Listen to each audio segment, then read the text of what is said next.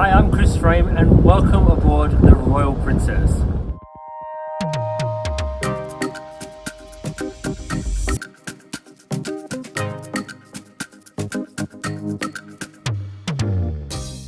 This is the first of the Royal class of cruise ships built for Princess Cruises by Fincantieri. The ship is 330 meters long, has a gross tonnage of 147,314, and can transport up to 3,600 passengers. The ship is a large-scale resort at sea with multiple dining venues, on-deck sports facilities, a multi-story atrium, show lounges, and even a daring walkway with a glass floor. I sailed aboard Royal Princess in November 2023 as a guest of Princess Cruises. While Princess Cruises provided the accommodation and the cruise, I was not paid to make this video. So come aboard Royal Princess with me to discover what it's like aboard the first of the Royal class of cruise ships.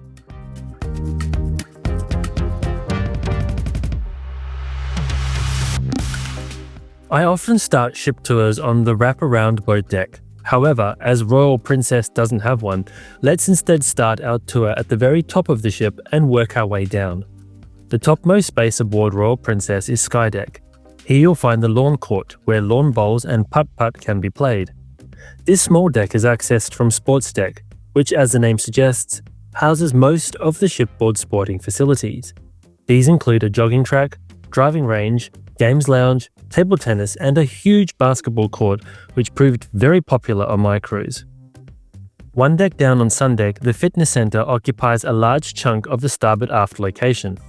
It's packed full of gym equipment, as well as a studio for exercise classes, while nearby change rooms are on offer, so you don't have to wear your gym clothes through the ship. On the port side are the kids and teens facilities. Princess runs these in combination with the Discovery Channel under the branding of Camp Discovery, and they also feature this cool outdoor track for kids to enjoy. Amidships on Sundeck, a large well overlooks the pools one deck below. There are hot tubs on this level, as well as the upper level of two cantilever walkways that jut out over the side of the ship, but more about them in a moment. At the forward end of the deck is the retreat pool and the Sanctuary. While the Sanctuary requires a booking to access, the retreat is open to all adults to relax in and is a quiet and secluded location with its own bar.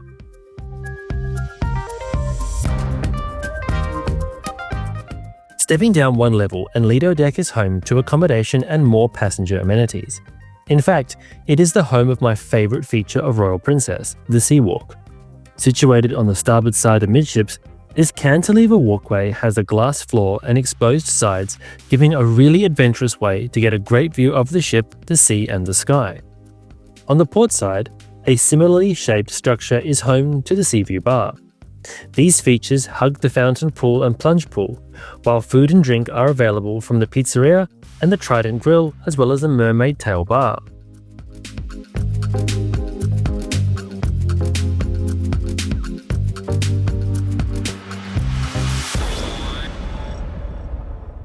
Heading aft, and you'll enter the domain of the alfresco dining.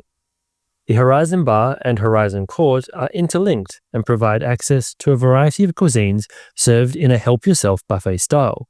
This space includes multiple serveries and a pastry shop where cakes and puddings are on offer. There's large windows with great views, or you can take your meal out to the aft deck and find a table at the Horizon Terrace, with drinks served by the Outrigger's bar. The Horizon Terrace is also a great location for drinks during the day and was popular during sailaways. Marina Deck, Riviera Deck, Aloha Deck, Baja Deck, Caribe Deck, Dolphin Deck, and Emerald Deck are the domain of cabins, mini-suites, and suites, with a few exceptions. Riviera Deck is where you'll find the wedding chapel and concierge lounge, used for weddings at sea and receptions, while each of the passenger decks feature a DIY guest laundrette. Baja Deck was my home during this cruise, with cabin B729, a standard balcony cabin, being located towards the aft of the ship.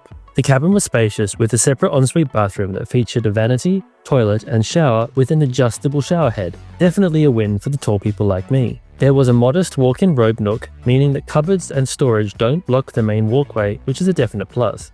Twin beds can be converted into a queen, and the beds are probably the most comfortable I've ever had on a cruise. The cabin featured a small desk, a mini fridge and a flat panel TV linked to Princess's Medallion Class interactive platform, while a good-sized balcony offered great views. During our voyage, we took part in the breakfast on the balcony experience, which was a great way to use the balcony and a fun way to start the day.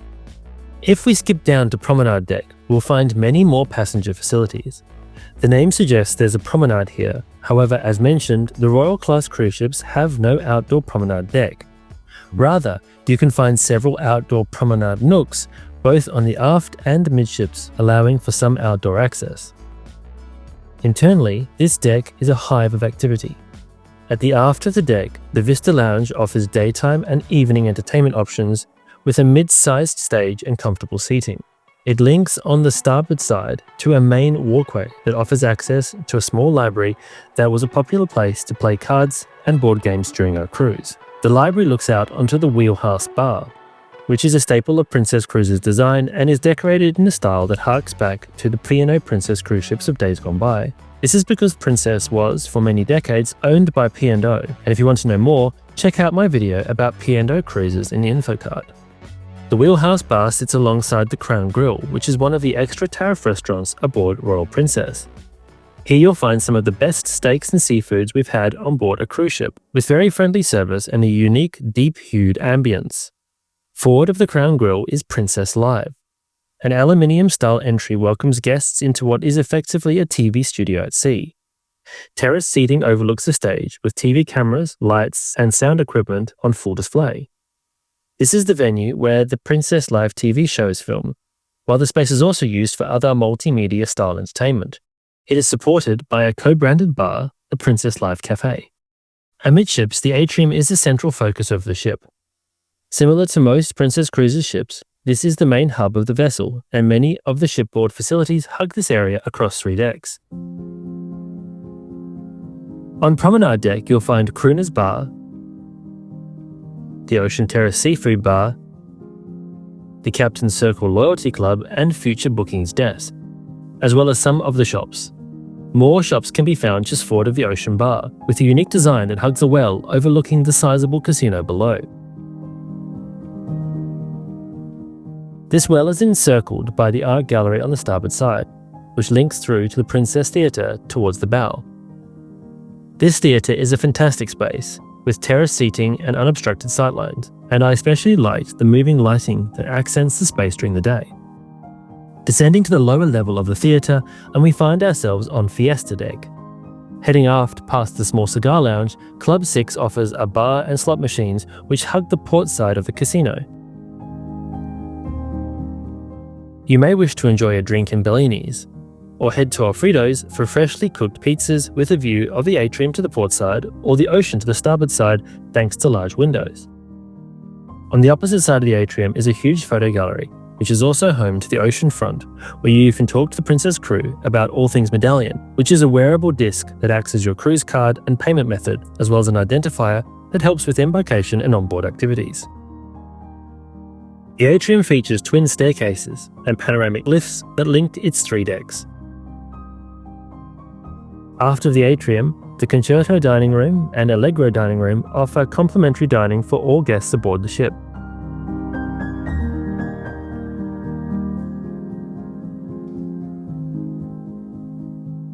They are joined by the Symphony dining room, 1 deck lower on Plaza Deck, to round up the complimentary main dining room offering.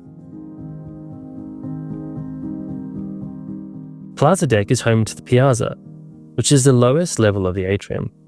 This space is used throughout the day and night for activities, quizzes, trivia, games, and other activities. On our cruise, there was even a paper aeroplane throwing competition that was popular with adults and kids alike. Surrounding the Piazza, Good Spirits at Sea offers a cocktail experience, while the Vines Wine Bar, as the name suggests, specializes in wines from around the world. The Internet Café offers cafe-style food, coffee, and tea, as well as other beverages, while the piece de resistance has to be the Gelato Bar, which serves an array of gelato and specialist sundaes.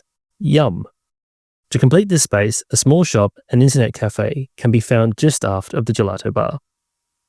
If we head forward, we'll find the guest services desk, where you can chat to the Princess staff about any shipboard issues. However, Princess Cruises app also features a chat function, meaning you don't have to line up to get support from the crew. Sabatini's is found on the starboard side and offers perhaps the best cuisine on board. Freshly made Italian fare is offered here, with some delicious pastas and interesting desserts on offer. The staff are knowledgeable and friendly and do a great job to theme the entire experience with an Italian flavour. And finally, the forward part of Plaza Deck is home to an extensive spa facility called the Lotus Spa. Treatment rooms and a beauty salon hug the central hydrotherapy facility known as the Enclave, offering a great space for relaxation. There is one more deck, Gala Deck, just below the atrium. This is home to the tender Embarkation lounges, useful when Royal Princess operates at anchor ports. It is also home to the medical centre, but none of us want to end up there, so let's head back to the atrium before we depart the ship. I hope you enjoyed this tour of Royal Princess. Thanks so much for watching, and until next time, I hope to see you on board.